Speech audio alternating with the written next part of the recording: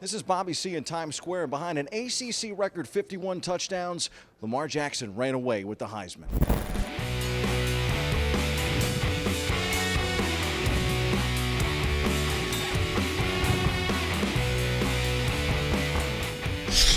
Action Jackson's stats made a strong case for the Heisman.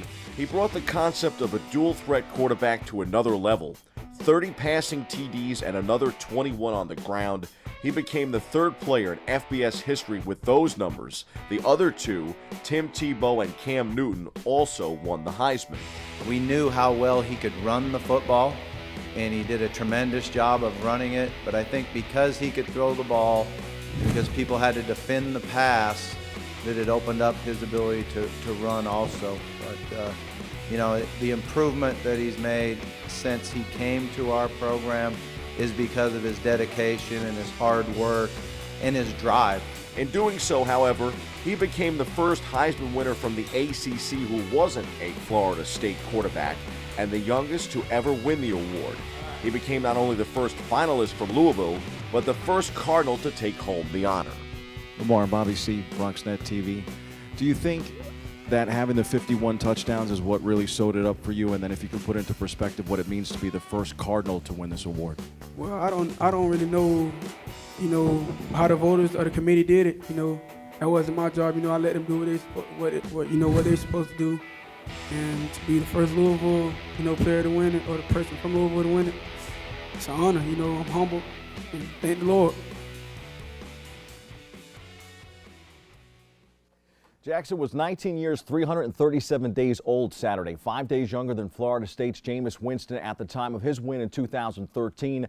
I got to ask him about his gaudy stats in the Heisman post-press conference. He wasn't really sure what locked up the award for him or exactly what his quote-unquote Heisman moment was, but he certainly was humble and grateful. I think his playmaking ability, especially his ability to run the ball, made him the clear-cut choice. He had an FBS high 6 games with 200 passing yards and 100 rushing yards this season. That is tied for the second most such games in a season the past 10 years behind Jordan Lynch and Johnny Manziel.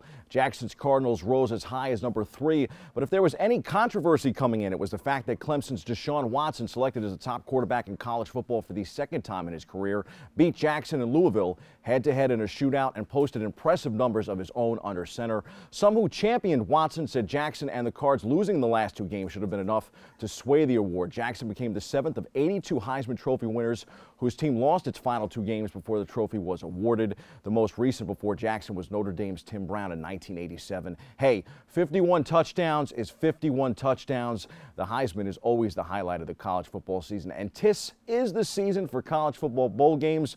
41 games on tap through January 2nd. Heck, I think there's even a BronxNet Bowl. Is that Michael Max Nobby at quarterback? Personally, I'm looking forward to the Pinstripe Bowl on December 28th as Pittsburgh and Northwestern meet at Yankee Stadium. Then I'm also looking forward to Penn State and USC in the Rose Bowl on January 2nd. I'll watch Michigan and Florida State in the Orange Bowl on December 30th, and I'll be curious about Jackson and Louisville on the 31st against LSU in the Citrus Bowl. Fans, I'm sure will also be interested in Alabama-Washington in the Peach Bowl on December 31st, and then the big games through the new year, which include the Fiesta Bowl, the Outback Bowl, the Cotton Bowl, and the Sugar Bowl. In addition to the Heisman and the upcoming college football postseason slate, the week in college pigskin also was memorable for Army. Army ended a 14-year run of frustration against Navy last Saturday using an overpowering run game and crafty defense to carve out a 21-17 win. Hoorah!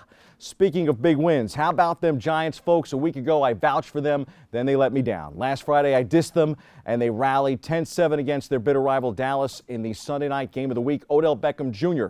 caught the go-ahead TD in the second half, and the Big Blue defense, backed by standout defensive tackle Damon Snacks Harrison, and what is shaping up to be a super secondary, sealed the win. We go inside the locker room for more.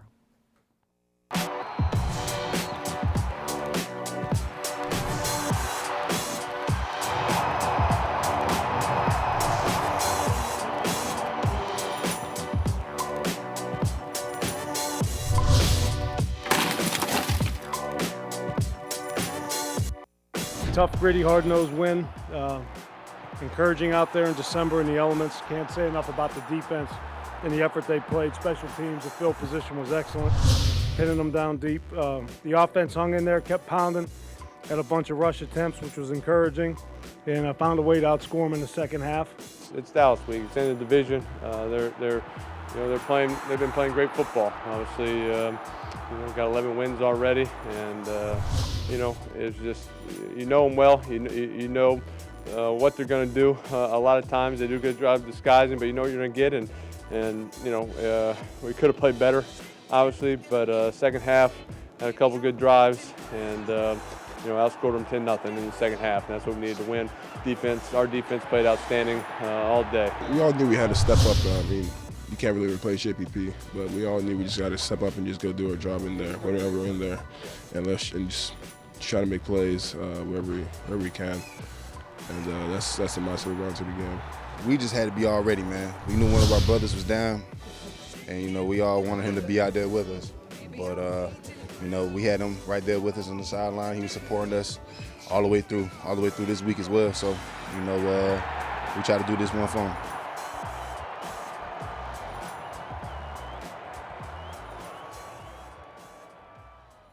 The G-Men are 9-4 and well within my preseason prediction of an 11-5 finish. The Giants will host 9-4 Detroit Sunday at 1 p.m. The final home regular season game for Big Blue. The Giants D has blitzed on about a quarter of this season's defensive snaps and has yet to give up a point on those plays. Keep that in mind. The weather at MetLife Stadium Sunday could be frightfully rainy too, which could lead to a low-scoring, tight contest with a good Lions team.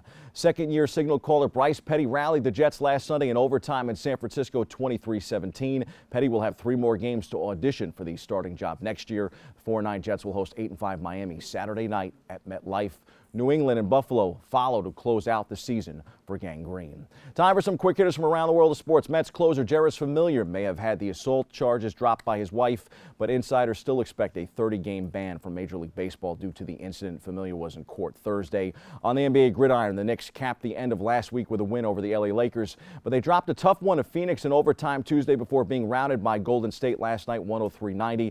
The Knicks were without Carmelo Anthony and Derrick Rose, both slowed by some nagging injuries. The Knicks are in Denver Saturday. The Nets top the Lakers Wednesday night. They are in Orlando tonight and Philadelphia on Sunday. On the ice, the New York Rangers have been cooking of late, and that's even with a recent benching of King Henrik Lundqvist.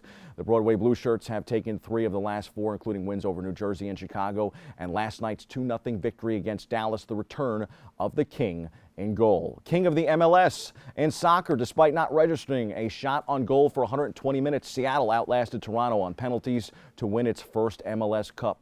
Those are the headlines. We hit the C-list to pay tribute to a man that actually has a crazier wardrobe than me.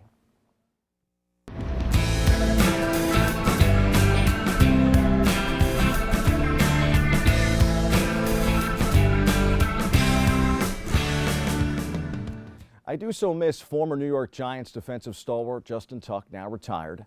He always made me feel like the big shot that my wardrobe often expresses to the world. Tuck once called me out during a practice interview in front of fellow media, claiming that it takes a real man to wear a white blazer.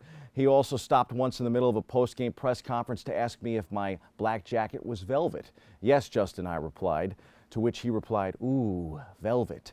I suppose I've calmed down a little, just too cold today for anything that fancy. But on this Friday morning, I am reminded about the colorful man who inspired me to bring some jazz to my wardrobe at games. Beloved NBA reporter Craig Sager passed away Thursday, known for his colorful and distinctive suits during more than his 4-year career. The legendary sideline reporter battled acute leukemia since he was first diagnosed in 2014. He was admitted back into the hospital in late November 2016. Following his initial diagnosis, Sager, who worked for Turner for more than 30 years, missed the 2014 and 2015 NBA playoffs and part of the 2014-15 NBA season. But Sager returned, colorful suits and all. I got a chance once to share a treadmill next to Craig during an All-Star weekend. He was in very good shape and took very good care of himself. He was a very nice man and a very humble man. I think the best part of Craig Sager is the fact that the colorful suits were just an expression of how much he loved life. His reporting was spot on, even if his wardrobe always wasn't. But that's the lesson that Craig Sager gave to us all. Don't be afraid to rock a white blazer or a velvet jacket. Life's too short and too fun not to be colorful. To the best sideline reporter in the business, you will be missed, Craig. That's your sports. I'm Bobby C.